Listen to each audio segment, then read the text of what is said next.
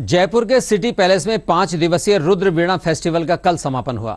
5 दिन तक चले इस कार्यक्रम में कई ख्यातनाम लोक कलाकारों ने अपने कार्यक्रम प्रस्तुत किए और श्रोताओं की वाहवाही बटोरी।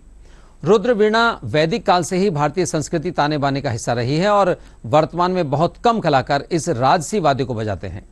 5 दिवसीय कार्यक्रम के दौरान जर्मन विशेषज्ञ कास्टर्न विकी द्वारा शानदार कार्यक्रम भी प्रस्तुत किया गया।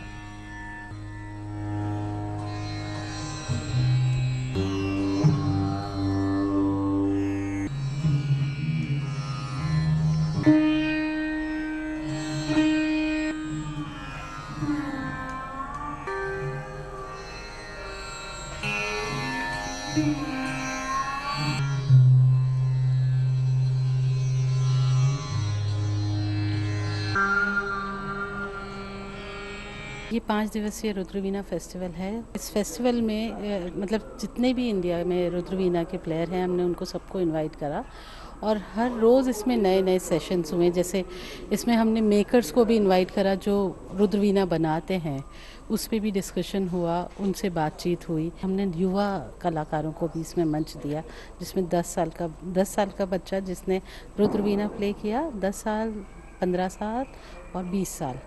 तो इस तरह के कुछ और पैनल डिस्कशंस भी थे, जिसमें हमने स्पेशली वीणा के बारे में और हिंदुस्तानी म्यूज़िक के बारे में हमने चर्चा करी। ये चाहेंगे कि जितने भी आर्टिस्ट हों, ख़ासतौर से रुद्र वीणा के, क्योंकि ये लुप्त होता हुआ साज है और इस लुप्त होते हुए साज को हमको बचाना ज़रूरी है। ये हमारी ही धरोहर है और इसके लिए अगर हम सब मिलजुल के काम करें, गवर्नमेंट आगे आए, बाकायदा साल में एक पर्टिकुलर कैलेंडर तैयार हो इसके लिए कि उसके अंदर इसका नाम आए, 5 डेज़, 2 डेज़, 3 डेज़, जो भी है, जितना भी डेज़ हम बना सकते हैं वो बने इसके, और इसको बड़ी लेवल पे लेके जाए और काफ़ी इस पर डिस्कशन हो। जैसे पिछले 4 रोज़ से आपने डिस्कशन सुने, इसके अंदर पैनल डिस्कशन हुआ कि उसकी उत्पत्ति शुरुआत से लेके एंड तक पे बात हुई, क्या क्या उसमें वेरिएशन आए, बीच में क्या क्या चीज़ें उसके अंदर बदलाव आए, उस पर बातचीत हुई। लोगों ने पूछा क्या ज़रूरी है, क्यों ज़रूरी है, किस लिए ज़रूरी है, तो उन सब के सवाल के जवाब इन लोगों ने, जितने भी आर्टिस्ट हैं, उन्होंने दिए। तो अच्छा लगा लोगों को सुन के कि हाँ, एक सब्जेक्ट ऐसा जिसके ऊपर काम हो सकता है। For the last 500-600 years, and the most interesting thing for the concert today is that this instrument used to be one of the most popular instruments in what we call the darbar music. Here today we are in the actual darbar, and for me it is very, very special in this festival.